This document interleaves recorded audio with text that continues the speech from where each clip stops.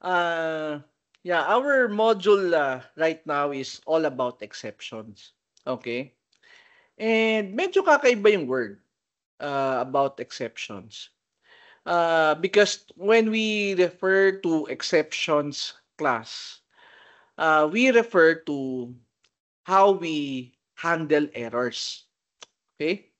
So that's basically the concept of having exceptions so that we could handle the errors. And so, exception denotes an abnormal event that occurs during the execution of the program and disrupt its normal flow. Ano?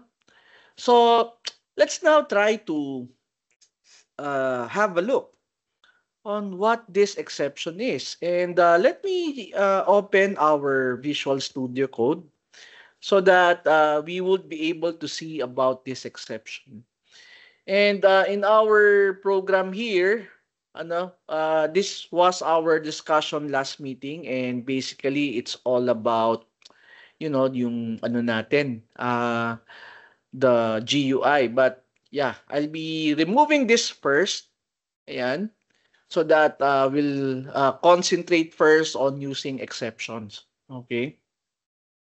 So let's say, for example, we have two numbers here. Okay. So something like, I'm sorry. So we have here something like we have integer x is equal to 5. And we have here integer y is equal to 0. No? Or sabihin natin, yeah, we have 6 and we have equal to 0. And uh, somewhere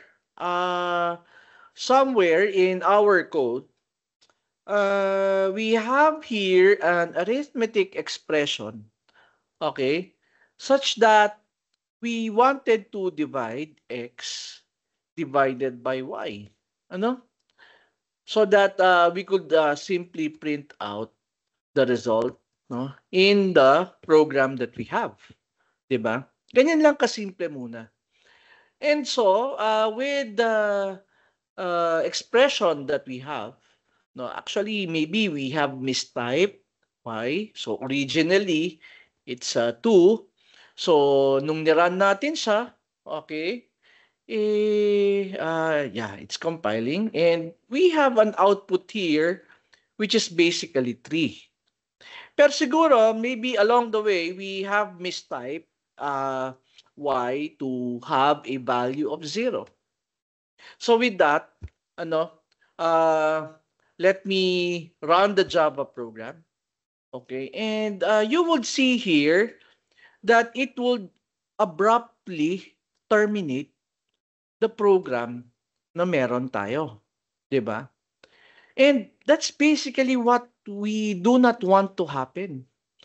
Kasi kung titingnan natin, if we wanted really a robust program for us to work on, no, we would not allow things like this. Na, oh, teka, in-execute ko.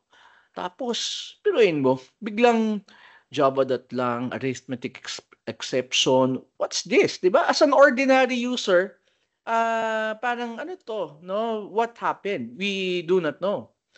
But our target actually, okay, is for us to reach the end of the program. Yan yung target natin. Okay? From logic A to logic letter Z, no? Na sequence letter Z, we wanted something na to reach the end of program result. Pero kasi kung titingnan natin, kung nilagay natin 2, no? And you would see here na the output is 3 and we were able to achieve yung end of the program. So we do not want those things to happen, no? And that is what we call exceptions, no? So yun yung mga error like arithmetic exception. What are the other errors that we are referring to? Okay? So something like if we have an array of float and let's say values meron tayo. is equal to new float, no? Let's say we have an index of 5, di ba? And we know that, let's say, for example, we wanted to print out the value of values 5, di ba? We know syntactically kasi we don't have any problems with the syntax. Pero kung titingnan natin with the semantic rules of an array, we can only access up to the value of 4. Pero hindi naman nagreklamo yung compiler natin, di ba? So let me run the program. Okay. So makikita natin, no, that we have another type of error, which is an array index out of bounds exception. Okay? So, we have different kinds of exception that is happening during runtime. And let me show you. Okay? So, if we are going to look, what are the different exceptions ba na pwedeng mangyari sa loob ng program natin? Okay, let's try to see. Exceptions Java. Dapat na we should be able to access yung exceptions Java API documentation. Okay? Hindi yung articles. Gusto natin makita yung exceptions Java API documentation. Ayan. O, sabihin na lang natin, no? Kahit ito, medyo mabago-bago. So, ayan. And you would see here that an exception inherits, okay, from the class throwable. And yung mga pinapakita natin, class, yung mga errors na nakikita nyo kanina, yung index out of bounds, meron tayong tinatawag na ano pa ba, yung arithmetic exception, lahat yan, class, is under the runtime exception. But we have different types of exception, hindi natin mamememorize yan.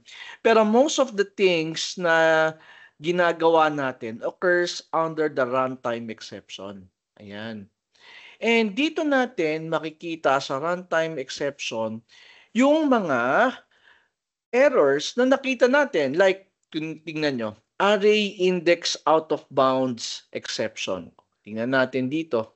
So you have the arithmetic exception. So wala yung array index out of bounds. So nandito siya sa index out of bounds exception. Ayan. So you have here two types. You have the array index out of bounds, saka string index out of bounds exception. Ayan. So those are the different, no? But it's under the runtime exception. So, anong ibig sabihin nun?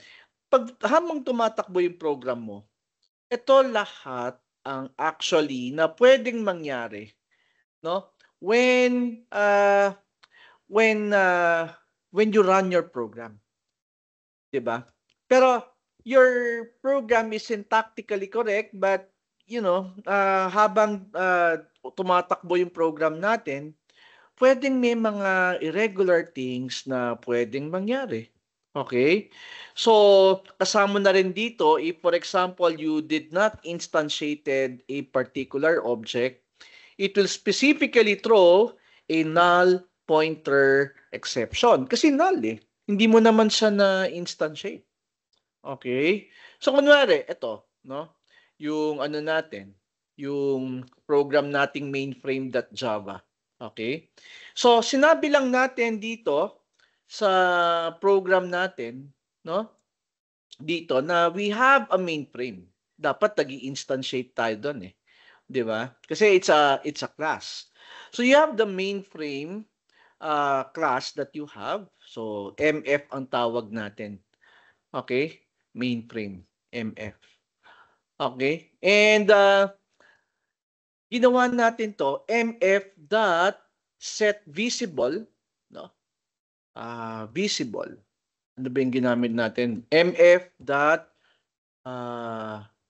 show Ano nga pala yung ginamit natin? MF dot, no? O sabihin na lang natin kahit set glass pane, set contain. Ano pa ba yung ginawa natin dito? Mainframe.java. So we have mainframe, so constructor. Ayan. Sorry. MF dot, bakit walang ano? Set visible to. MF dot set layout, set J menu bar, set content pane. Ano pa yung method na ano na ginamit ko last time?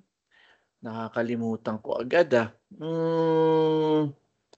MF, mainframe, MF, teka class. Ano bang ginawa ko sa kanya? Yeah, kahit siguro mainframe.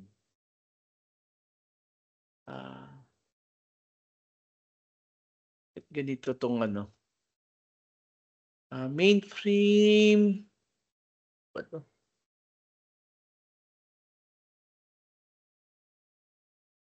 Hello world.java mainframe MF. Okay, and I have here, kaya pala, kasi hindi naka-capital. Kaya yun naman pala. So mf.set visible, ito dapat yun hinahanap ko. So to true, 'di ba? So this is to show yung ginawa nating GUI. Okay? So kung titingnan natin, if we are going to run the program, okay?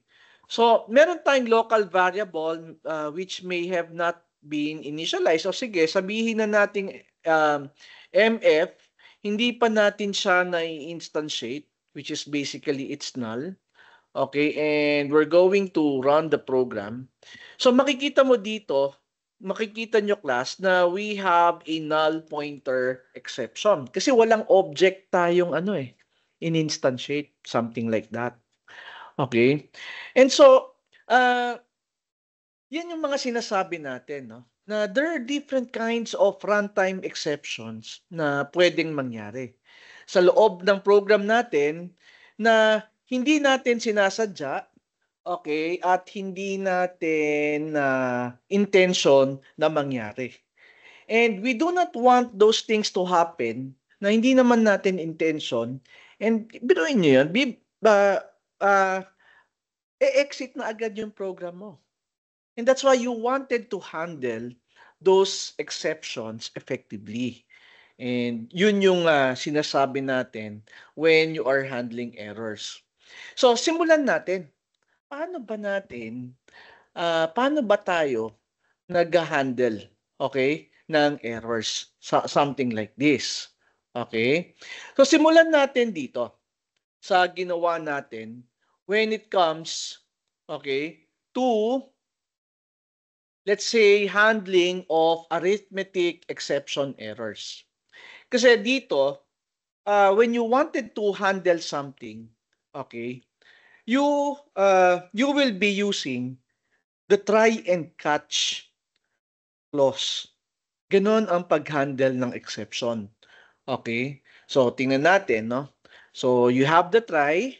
Ayan, this is where your code will reside for you to enclose. No, ito yung set of codes na gusto mong you wanted to to monitor kung may mga nangyayari ba tayong ganon, no? Or ito yung gusto mong part ng code na gusto mong i-monitor for a particular exception, di ba?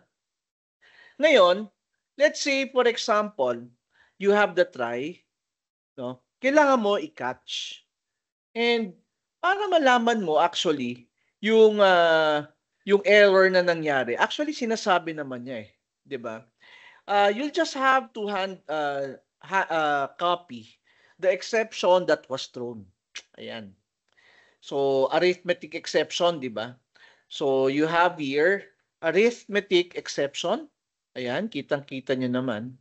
And you'll just have to provide a reference. This is an identifier, which is E.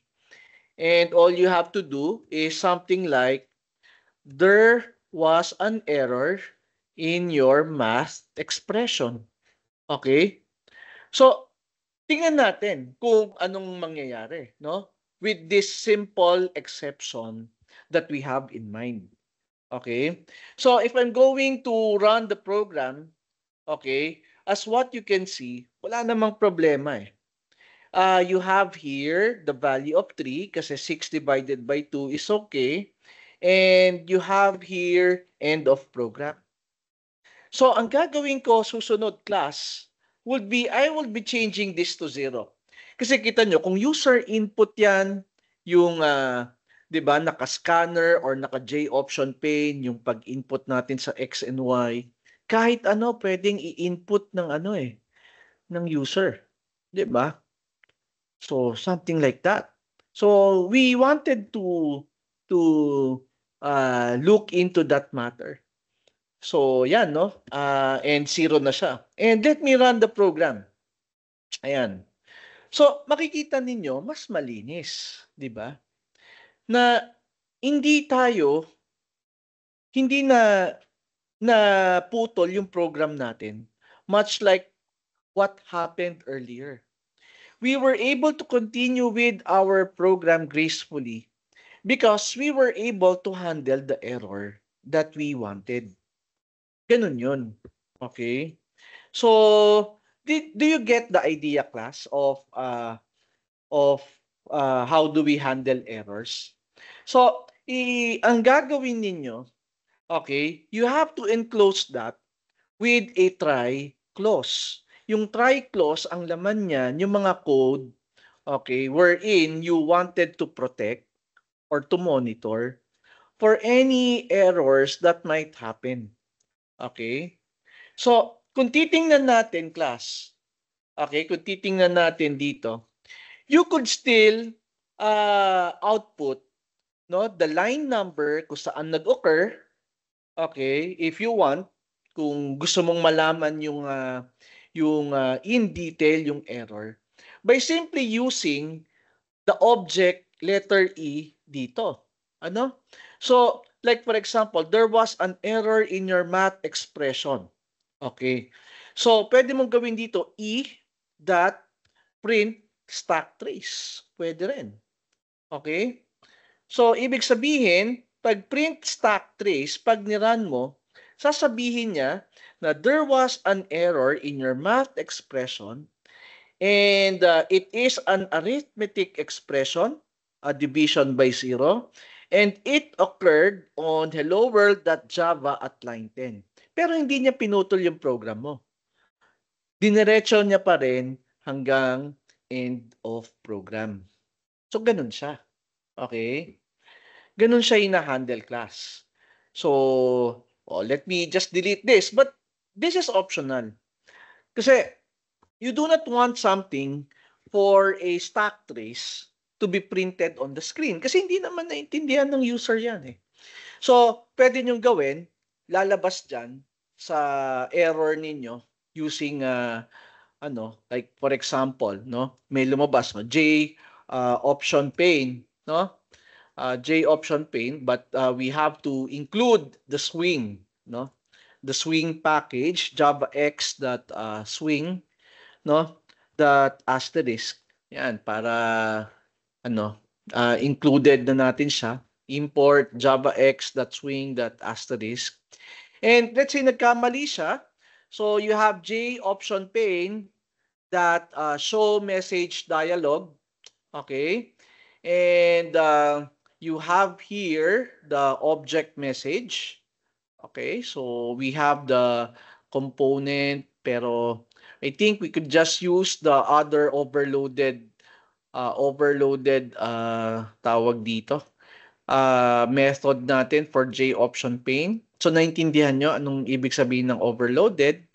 So tingnan natin. Ayan. So parent component siguro null. Okay, because wala naman tayong parent.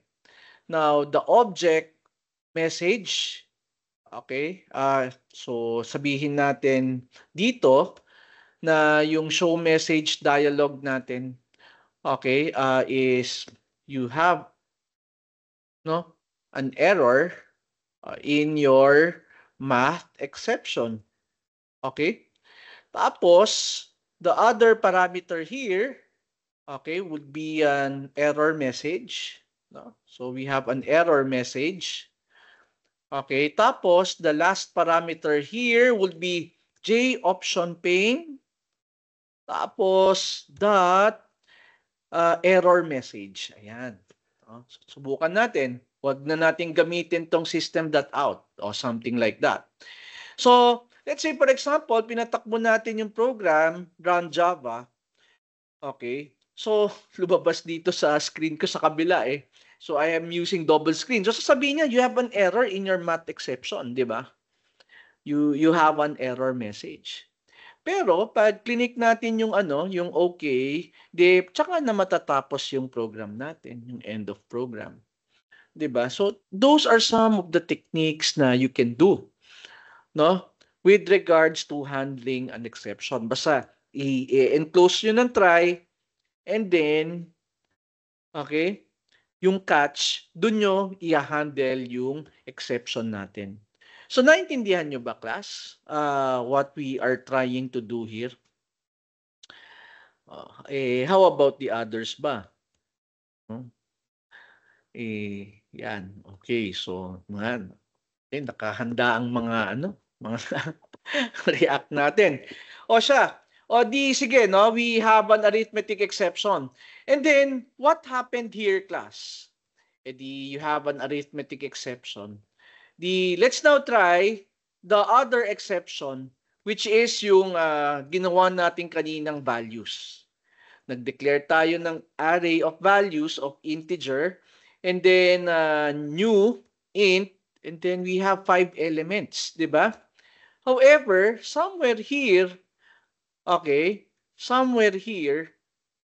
yan, okay, we tried to access values 5 is equal to 100 nang hindi natin sinasadya.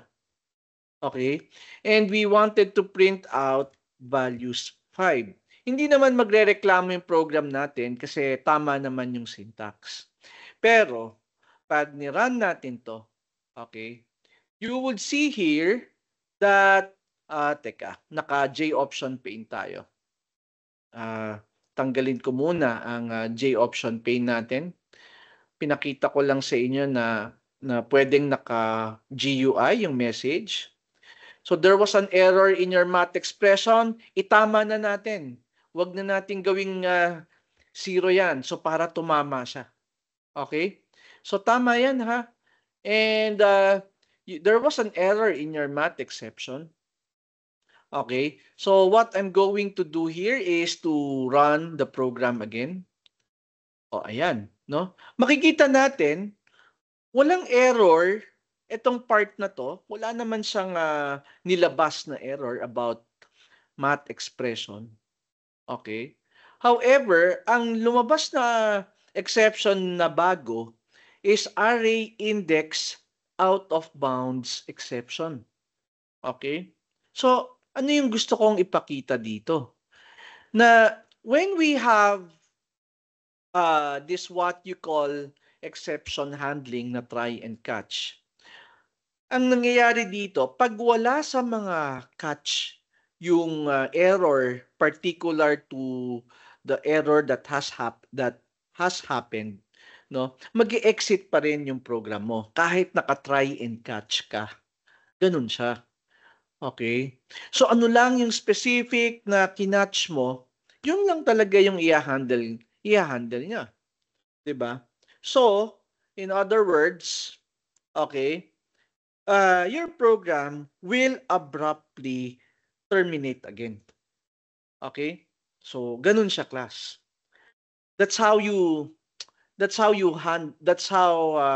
the exception class works. Okay? And so, going back, paano ba natin i-handle yan? Okay? So, to handle that, you could use the catch, no? Another catch, pwedeng multiple catch kasi. And you have the array index out of bounds exception. Ayan. O, ayan, no? Array index out of bounds exception. Okay? And so with this, you can just simply print here na there was an error, okay, in your array. Yan. O, di ba? There was an error in your array. Okay, and if you're going to run the program again, notice, malinis na ulit yung program natin because we were able to handle that particular error gracefully. So, ganun class. Tina-target ninyo kung ano yung mga possible error na pwedeng mangyari. Okay? And that's how you handle exceptions, class. Okay? So, with that, no? Sir, kasi, paano ba namin malalaman? Although, dito kasi, na pinpoint natin na merong arithmetic exception and then you have the array index out of bounds exception. Okay. Ano ba ang pwede naming gawin? Okay. Kung sakaling, let's say, for example, gusto natin makatch lahat ng possible errors na meron tayo. Di ba? So, if we're going to look at it, sa runtime exception na mga ginagamit natin, okay, tingnan nyo kung sino yung parent niya. Ayan. Ayan yung zerong parent. Ayan. Di ba ang parent niya si exception? Okay, can you see that, no, in the monitor? Yung the parent of the runtime exceptions that we are using. Okay. So, ibig sabihin, we can use exception itself to catch any exception that might happen in our program. Sakop niya lahat eh. Okay, so yan. Okay. Ngayon, ang problem lang dito, class, okay, mag-e-error na siya. Sabihin niya, aanhin mo pa kami. No? Kasi, ang mangyayari dito, okay, hindi mo na kami kailangan. Ayan, no, nag-error na. Sasabihin niya, unreachable catch block for arithmetic exception because it is already handled by the catch block exception na sinabi mo. Yun, no? Like ito rin, wala nang kwenta to. Kasi, kinakatch mo na lahat eh. Ito, no? You use the mother of all exceptions. Okay? So, ang problem mo lang dyan, so let's say for example, yan yung ginamit natin, no? Uubra yan. Uubra sa dalawa. Okay? Ayan. Uubra sa dalawa yan, class. Tingnan nyo. Pagdating dito, sasabihin natin S out. Okay? There was an error. There was an error in your program. Okay? Pag-run natin, ha? Makikita mo, there was an error in your program. Diba? Nasalo natin kahit yung array index out of bounds. Tingnan nyo. Sasaluhin din niya yung yung division by 0. Okay? Yan. There was an error in your program. Diba? So, na-handle niya lahat. Okay? So, naintindihan? Na-handle niya lahat ng error if you use them. Okay. So, kung titingnan natin, class, na-handle niya. Wala namang problema doon. Maganda nga eh. Na-handle niya. However, we cannot pinpoint what really happened. Diba? Yun lang yung problem dyan. You cannot, because anything goes. Any error can happen. And hindi mo alam kung paano siya i-handle. Okay? And it will result to a generic error or a generic message on your part. Hindi mo nga masabi na na kung ano yung nag-error, di ba? So, may mga trade-offs. No? May mga trade-offs. Pero, what you can do still is you could print the stock trace. But at least, hindi siya mag-e-exit. Diba? O, ayan. O, so, sinabi niya na nagkaroon ng arithmetic exception. Pero hindi nag-exit yung program natin kasi naabot natin yung end of program eh. Okay? That's one thing that you could do. Okay? Or, pwede naman yata dito, no? E, dot, tingnan natin ha. I think we could somehow call yung tawag dito. I think it's a get class, no? If E dot get class, tama ba? Okay. Subukan lang natin, ha? If I can still remember it. Yeah, if E dot what's this? If cannot convert class from class extends exception to boolean.java. Teka, sandali lang, no? If E dot get class is equal to ano ba? Arithmetic exception. Okay. Am I getting this right? Ano? Think if E dot get class, if instance of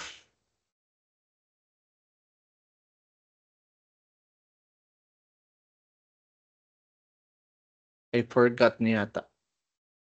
I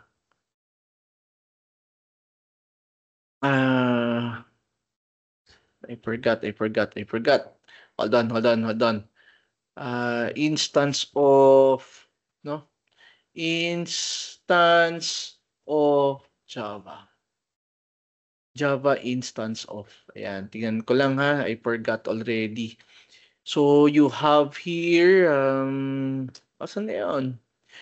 Ang tagal. Okay. Wala na palang parenthesis. Okay, so let me go back. So, if E dot get class, okay? So, it's a instance of arithmetic exception. Yan natin kung gagana ha. So, incompatible conditional operand type. So, hindi pwede. Ano? If E dot get class dot get name. If E dot get class is get annotation, wala. Is member class. Is synthetic, is not, no. So wala, no? Although I think it's possible, pero I think I forgot lang how I will be able to do it na para ma-detect ko. Kasi pwede mong gawin, you could actually print out also yung e.getMessage. Ayan. This is basically a string. So, tingnan natin kung ano yung message nung expression natin. Ayan, run. Yan. No? So, ang message, there was an error in your program, division by 0. Pero hindi na lumabas yung stack trace. So, you have options to technically print out ano yung nangyari doon sa errors natin, doon sa program natin. So, yun class, no? Actually, ang pinakita ko lang dito, if you are quite unsure of what will happen doon sa program mo, you can use the mother of all exceptions para masasalo niya lahat. Yun nga lang, hindi mo alam particularly paano siya i-handle. Okay? So, let's try another one. Okay? Sir, pwede bang let's say alam natin yung catch exception na pwede mangyari, yung arithmetic exception. Alam natin na pwede mangyari yung array index out of bounds exception. Okay? Pwede silang mangyari. Pero yung mga iba pa, pwede ba nating i-catch? So, let's try that, no? Dito natin ilalagay yung exception. Okay? So, yan class, pwede. Okay? So, yung iba pa nating hindi na-catch, yun na lang ang i-catch natin sa baba. Hindi pwedeng mauuna yung exception na nasa taas. Kasi parang waterfall yung ano niya eh. Yung yung rules niya eh when you are implementing exceptions. Did you get the idea? Dun sa paglagay natin ng exception doon sa baba, no? Kasi 'di ba? Alam natin na masasalon natin yung arithmetic exception. Alam natin na masasalon natin yung array index out of bounds exception. Pero yung iba, hindi na. So that's why gumana siya, no? So if this is the case, simply we could put it here. There are other errors, no, in our program. So pwedeng sabihin natin pwede nating i-print lang, no, get message para at least makita natin ano kaya yung naging error na yon. And in our case, magdagdag lang tayo, okay, ng null pointer exception. So nagkaroon ako ng array dito, no, which is kunyari lang mainframe yung ginawa natin kanina. Okay, mf, which we initialize to null. Then we have mf dot set visible, no, to true. Ayan, ginawa natin. mf set visible to true. Okay, and pag nag-run tayo, okay, notice that itama na natin yung math natin. So let's say divided by 2. So meron tayong, let's say we were able to run our program, makikita natin dito, no, na there was an error in your array. Itama ulit natin. Okay, tama ulit natin. Values 4. Okay? O, ayan. So, tatama na yung array natin, di ba? O, tumama na. So, there was an error in your array. Na bakit? Kasi ito. Ayan, 4. Ito pala yung inano natin. So, let me run the program again. There are other errors makikita ninyo, no? And pinakita niya na it's basically null. Ayun. Okay? So, yun yung nangyari dito, class, when you are working with exceptions. Okay? So, yeah, you can recover, 'di ba? You can recover from from the from the errors that you have. So kung titingnan natin, sir, saan ba natin ginagamit yan? Bakit ano ba yung mga recover na sinasabi mo? Okay. So tingnan natin, ano? So something like, we have a, tawag dito, ano ba maganda? Something like, ano ba magandang example, class? Let's say, for example, humihingi tayo ng input. Okay? Humihingi tayo ng input. So, dito, meron tayong loop. Okay? So, dito na lang natin lagay sa taas. Para, ito yung unang example agad. Okay? And let me put a remark na lang dito sa set of codes that we have here para hindi na siya makaistorbo sa output natin. Okay? So, lagyan natin yan. Lagyan natin ng, ayan. Okay.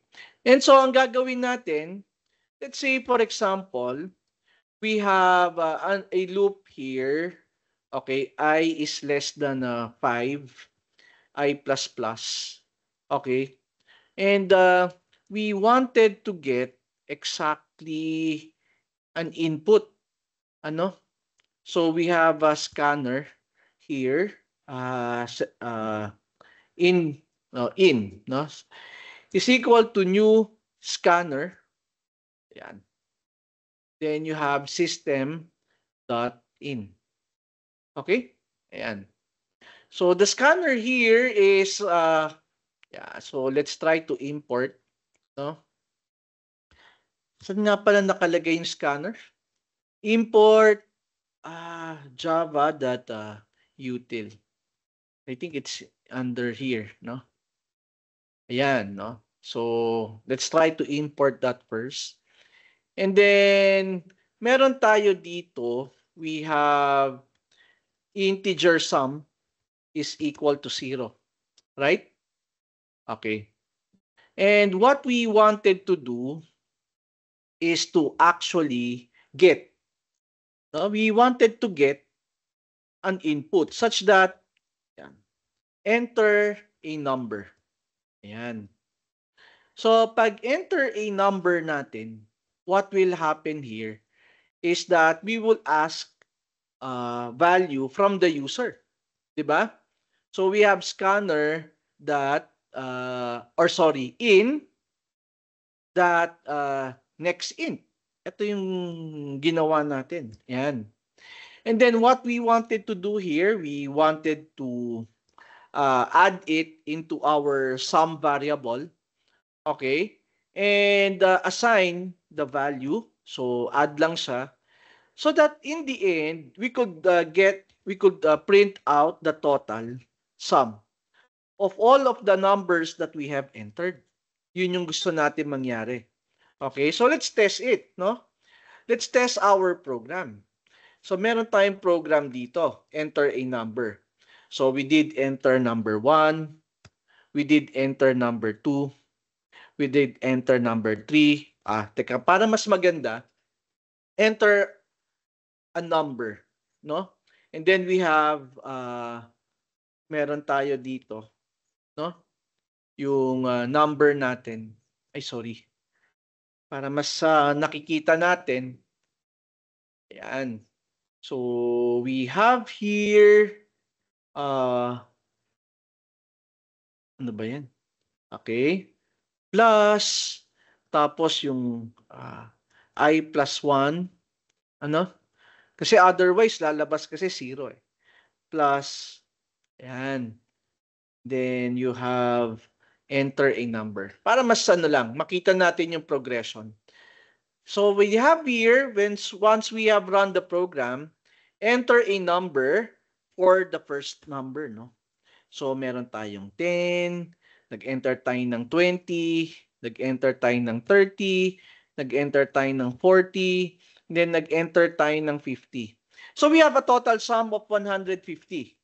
Okay, based on our inputs here. Okay, so ang gagawin natin, I'm going to run the program again. Okay, but this time, I'm going to enter, ano ba yan? This time, I'm going to enter a text here, hindi number. So, pag press ko nito, exit na yung program, di ba? Yan yung sinasabi natin. We do not want that to happen. Okay? We do not want that to happen. And so, what shall we do? So, the thing here is that we would want, okay, we would want our program to recover. Okay, so ang gagawin natin, we would perform a try. Okay, try dito. Ayan. Perform tayo ng try. Okay. Dito sa program natin. Okay, ayan. At we will be catching, no? Ano yung error natin kung tumitingin kayo ng monitor natin? Ano yung error na exception na nakalagay? Oh. Anyone? Oh, wala. Naku, walang ano. Input mismatch, sir. Galing. Oo, yan. Hindi, tinetest ko lang kayo kung kung nakikinig ba kayo. Very good. So you have the input mismatch exception. So yan yung ilalagay natin, di ba? Oh, input mismatch exception. So we have here input, okay, mismatch exception. Okay, E. And then sasabihin natin, we wanted to recover.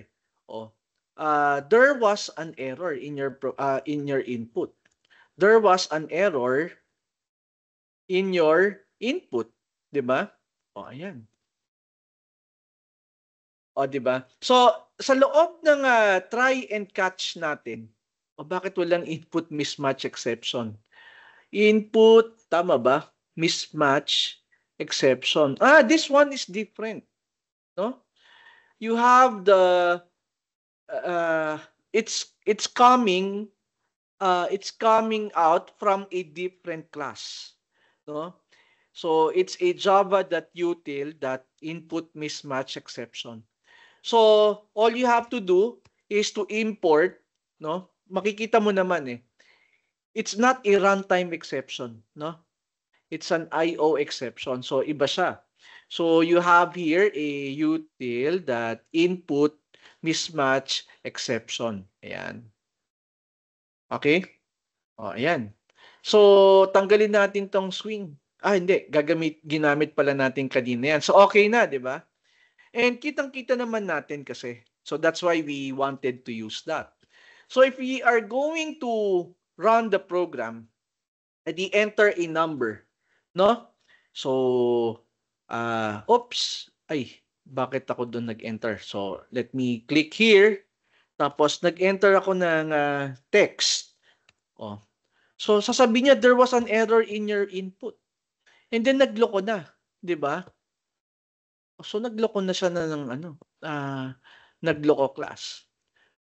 Okay? So, parang na-overflow na yung buffer natin. So, usually nangyayari yan sa scanner.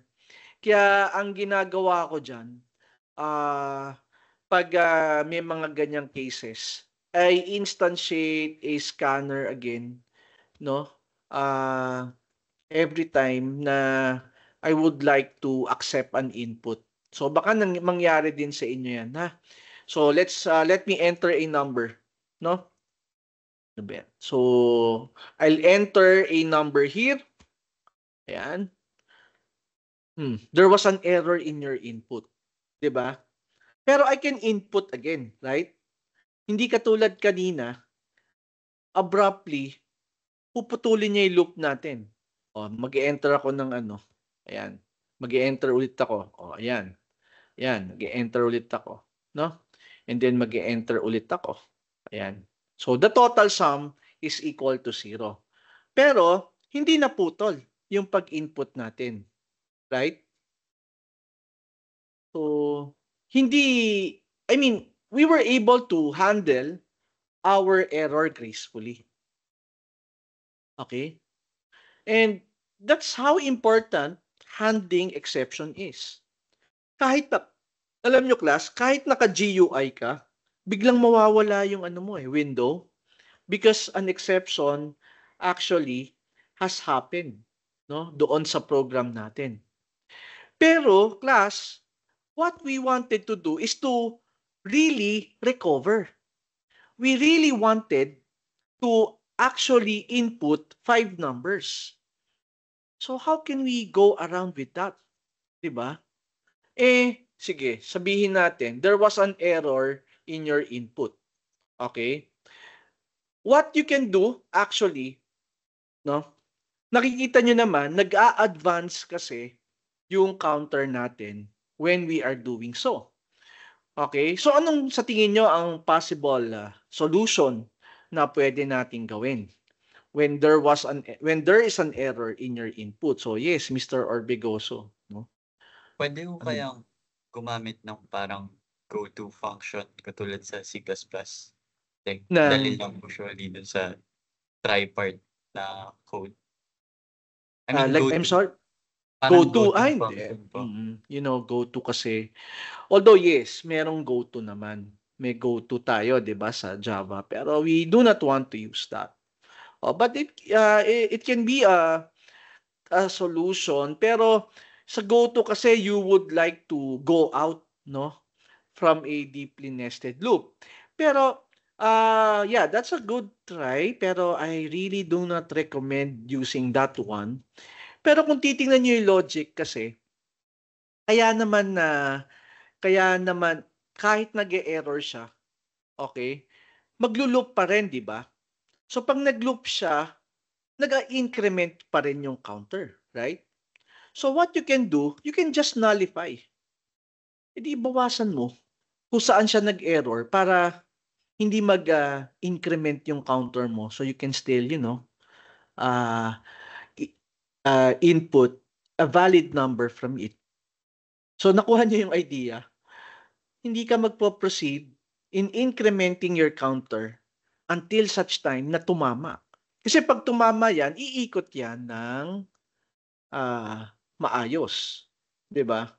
So something like that. So it's a better alternative than go to. So if we are to run the program and we entered doon ako sa taas nag-enter. And we entered an invalid number here. Okay? So enter. 'Di ba 1 pa rin siya? Nakikita nyo. Ayan, no? O, 'di ba hindi ako tinitigilan? O, 1 pa rin. O, 1. 1. Mag-enter ako ng tama, 20. O, 'di ba? Tsaka lang ako nag-2. O, tapos enter ako ulit. O, nandiyan dyan. Nasa 2 pa rin siya. 'Di ba? Mag-enter ako ng tama, 80. O, 'di ba? 3. O, doon pa lang sa 3. And then tama na, 90, 100, 200. Oh, we have a sum of 490. 'Di ba? So that's how important exception handling is. You can recover from your error and still proceed to the logic that you want. Oh, yeah. Without any bloated codes na gusto mo pang ilagay just for you to repeat it again and again and again. Ano? Yeah, because this is a code and actually pwede ka pa lagay dito ng iba pang mga logic mo na pag ganito nagka-error, you wanted to do something before looping again. I don't know, maybe reset the sum. No, pag nag-error, pwede mong sabihin na something like system.out, no? Please start again, no? From the very first number. Okay? Yan. And then ang gagawin mo, okay? I is equal to 0. O, di ba? So something like if I'm going to run this program, so nasa 10, sorry, hindi ko na naman na-click. Okay? Nasa 10, nasa 20, nasa 30, nasa 40, tapos wala, nagloko ako, no? Ganyan, ginawa kong ganyan. O sabihin niya, there was an error in your input. Please start again from the very first number. O pero bakit enter a number 0 1 yung nakalagay dito, no?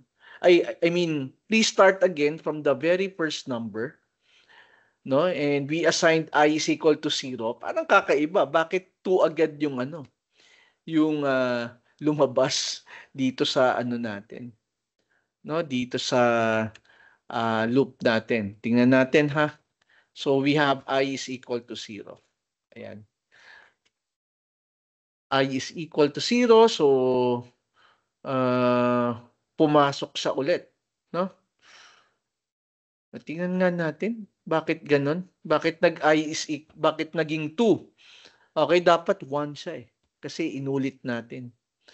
Okay, so let me run the program. Sir, Yes, oo. Kasi po nag-end yung iteration ng loop dito sa I equals to 0. So magpa-plus-plus na po siya, magiging 1 na po siya.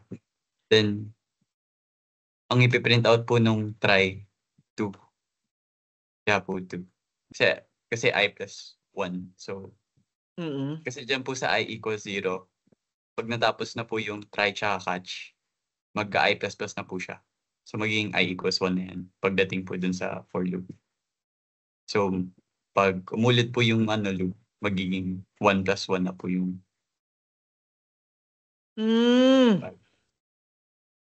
Okay, oo. So, tama, no? So, after this, na I is equal to 0 na siya, so mali ako, no? May kulang. Continue.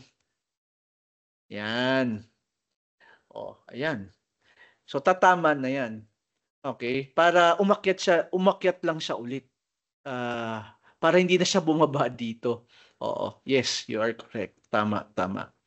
So, ayun class, no? Actually, may isa pa eh. Since we wanted to start from the start again, then we have to reset also the sum which is equal to 0. Otherwise, kung ano yung na-accumulate na natin before, okay, would still be there. Okay? So, what I'm going to do here is to run the program. Okay, so enter a number 10. Ay, sorry.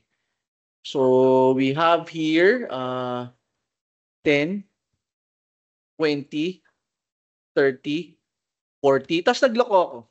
Yan. Please start again from the very first number. Oo nga, bakit ganito pa rin? 2 pa rin. Kahit may continue na. Yeah. So, we have a problem here. Yeah, actually, pwede naman -1. Para we are actually forcing it to be tawag dito, to be 0. Teka, hold on sandali lang. And actually, pwede namang -1. Pero, tama pa rin eh. Parang nag-i-increment pa rin siya. So, which means, if that is the case, hold on, let me just try. Let me just try something, ha? Hindi. Hindi pwede. It's the same thing. Okay, so you have I++. When I is equal to 0, sum is equal to 0, 2. And then I have continue. And then automatic, we would start again from the start of the code here.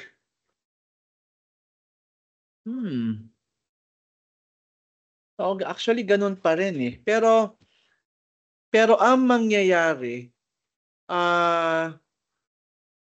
if we are forced, kasi nga ganun ang mangyayari, sige, let's try -1. No? So, we have here run. Yan. Tapos, enter a number. So, we have 10, 20, 30, 40. Tapos nagloko ako sa bandang dulo. Okay? Ayan. Although it's working, no? Yeah, tama naman. Pero, yeah, parang na-surprise lang ako dahil even though nilagyan ko ng continue, okay, nag-increment pa din siya. No? So, I think, oo nga, tama. Ganun class, So, nag-continue tayo. So, technically, aakyat siya ulit, no? And basically I++ siya ulit, which is 1. No, kaya pagdating natin ulit dito sa natin, sa display message natin dito, 1 plus 1 is actually equal to 2. So, ganun talaga class, So, anyway, no, ganun ang mangyayari. So, that's why, yeah, -1 would be the best thing to do.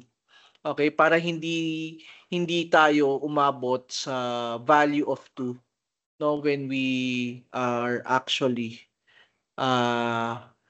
recovering from this input. Kasi oras na natapos na yung loop natin, -1 plus 1 would be 0. So, parang na-reset na rin siya dati. So, yun class, hindi pala gumana yung continue na nilagay natin. No? And it would still, tawag dito, increment I by 1 once we reach no, the end of our code here. Pero yun class, what I wanted to for you to see in this example is that we have a way to recover from the errors that we have no inside in our logic. So ganun siya. Okay? So naintindihan ba yung ginagawa natin with this lesson that we have here? Ayun. So yeah, so something like that. We just wanted to recover no from the input na hindi natin gusto rin na mag-exit agad. Ngayon class, syempre, kung titingnan ninyo, we have a try and catch. And much like try and catch or any other codes that we have like loops, try and catch can be nested also. Okay? Sabihin natin ganito. Okay? Meron ka dito. Sum is equal to 0, di ba? And then, I don't know, maybe something like a number which is equal to 10. And something like you have another variable here which is equal to result. Tapos number divided by sum. No? Something like that. Okay? And you wanted to print out the result. Nasa loob na yan mismo ng exception mo ng input mismatch. So if I'm going to run the program from here, ayan, okay naman siya, di ba? And then we will force an input mismatch exception. Okay, tapos nag-enter tayo. O di ba? Bumigay pa din yung program natin. Na there was an error in your input. So, what can we do here? It's still the same thing. Okay? If you really do expect errors when you are trying to have a try and catch doon sa program mo, then there's nothing that we can do, no? Na we have to catch also the arithmetic expression that has happened here. Ayan. But you cannot use the identifier E kasi it is declared already as your identifier dito sa catch na to. So any will do. Like for example, I used X. Ayan. So sabihin na lang natin there was another error. Ayan. So ayun, no? So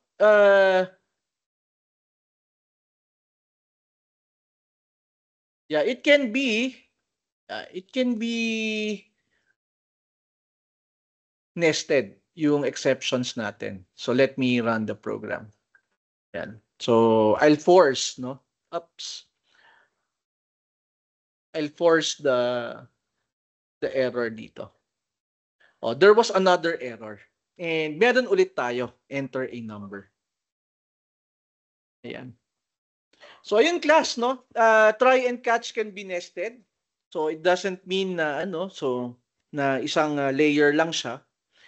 And kung titingnan ninyo, kung meron pa ulit error sa loob ng catch na nilagay natin, you could still catch it.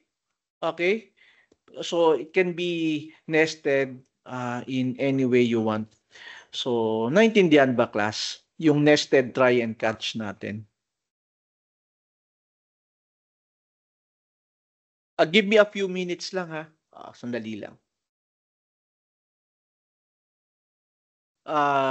Look into other things that we have here. Ayan.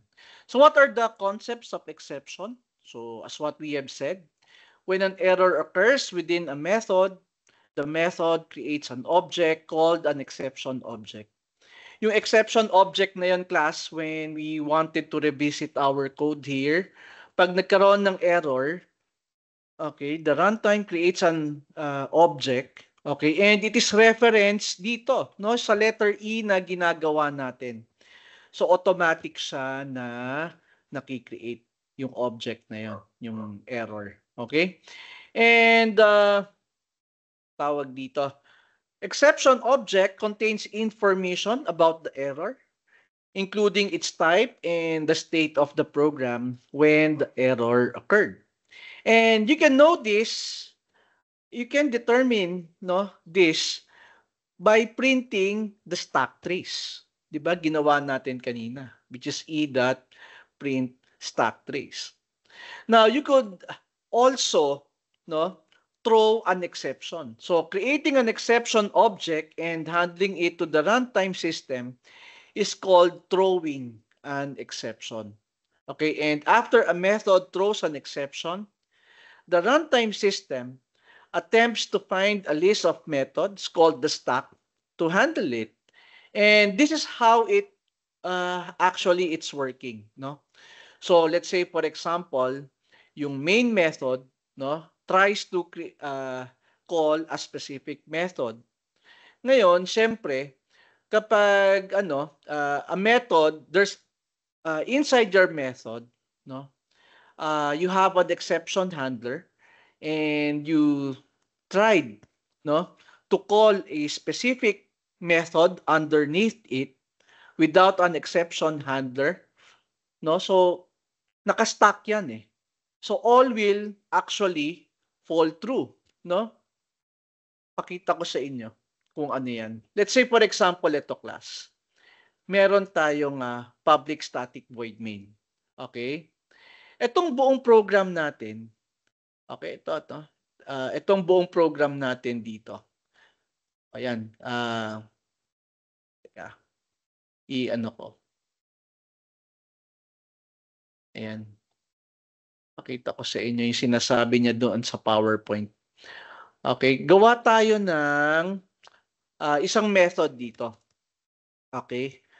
Public void method 1. Ayan. Okay. Yan. So, you have public void method 1.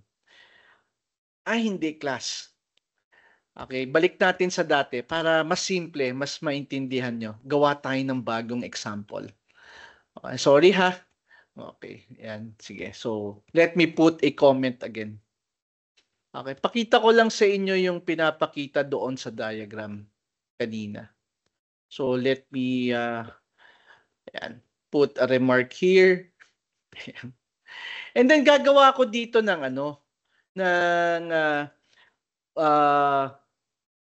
public static void method 1. Okay? Ayan. So, under public static void method 2, ayan.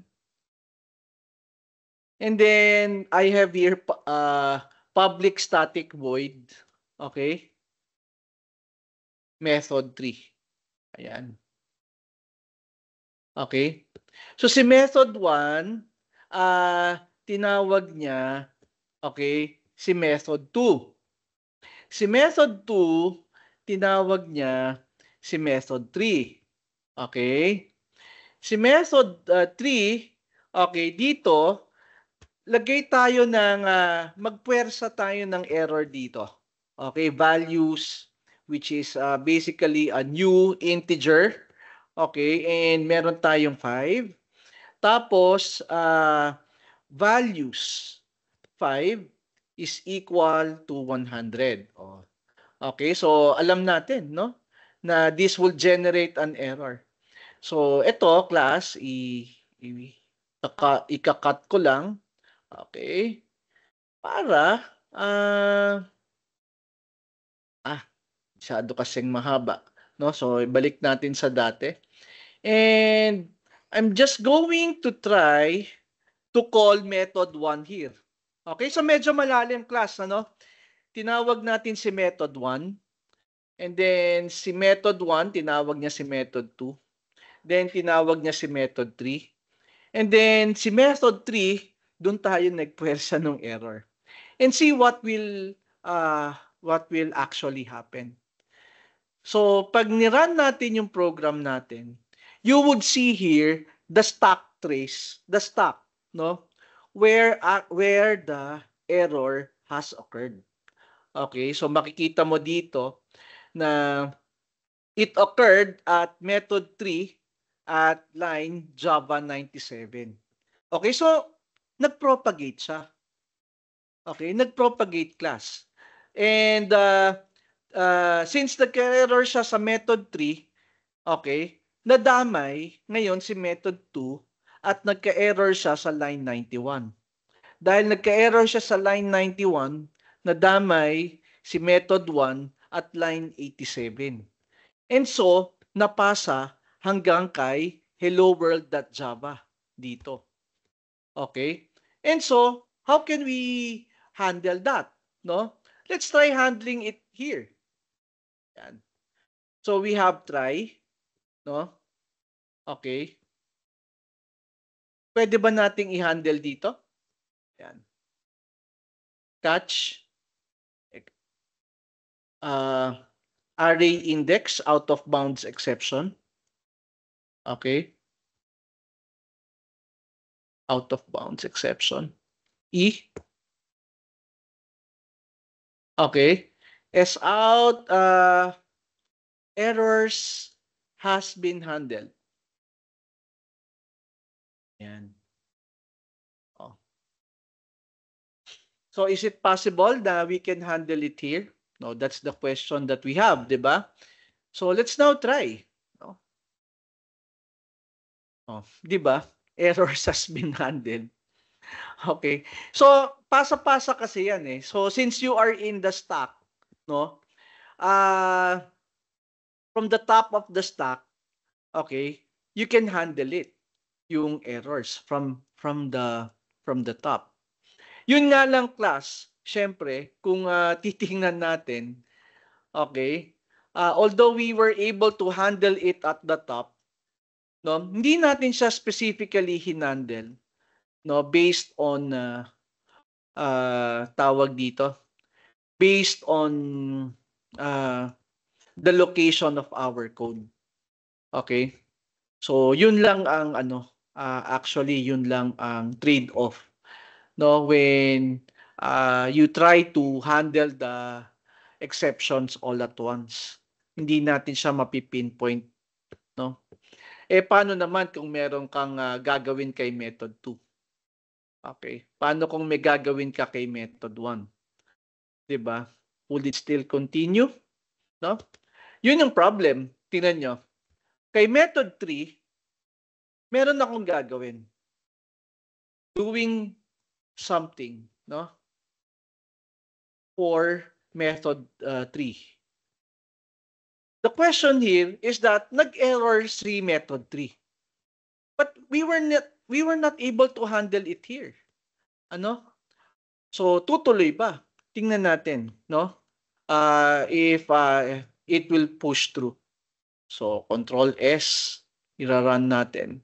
Ayan. So see, yun yung problema. Ano? Since nag-error siya, no? From the top of the stack, no? Hindi na siya nag-continue dito. Automatic 'yon, no? So since walang nag-handle dito, hahanapin niya yung nag-handle dito sa taas sa method 2. Since walang nag-handle dito, hahanapin niya yung nag-handle dito sa taas. Nandito yung nag-handle ng array index out of bounds. Doon niya ginawa. Okay? So, yeah. Naintindihan nyo yung naging step natin? Yung tingnan nyo ha. Like for example dito, doing something for method 2. Yan. Okay. Doing something for method 2. Okay. Ayan. So, makikita natin dito, pag nirun natin yung program, kahit doing something for method 2, hindi niya hinahandle. Okay? Hindi niya hinahandle. Kasi, nag-trigger na yung exception dito eh. So, pag trigger dito, napasa na kay method 2. Okay? And then, since si method 2 walang nag-handle dyan, sino pa yung tumawag sa atin? No? Si method 1, ipasa natin kay method 1. Okay? Pagdating dito, ay wala dito. No? Na kanino ba? Sino pa yung tumawag sa atin? Ayun. No? Na kay main program. And dito natin siya hinandle. Okay? So yun class, no? That's basically what exception handling is. Okay? So, yeah, any questions about our lesson for today? How do we handle, no, exceptions in our program?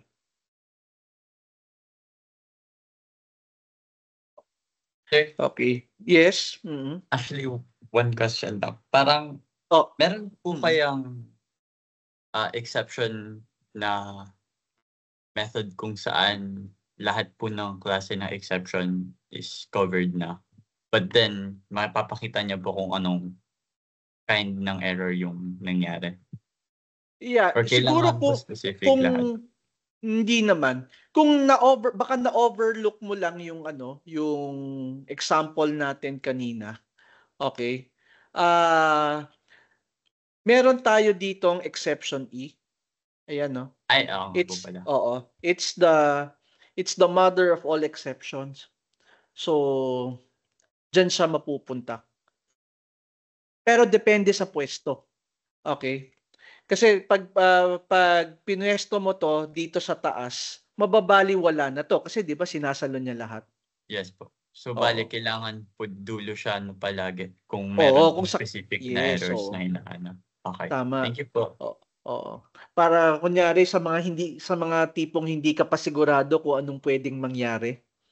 Kaya nga malalaman nyo class na sinasabi din natin, no, that it's one of the ways that Java has done to make your program robust, no? So hindi siya nagte-terminate talaga because you can handle it gracefully yung mga errors natin.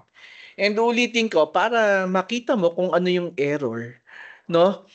In such a way na you use exception E just in case. You could always print the stack trace.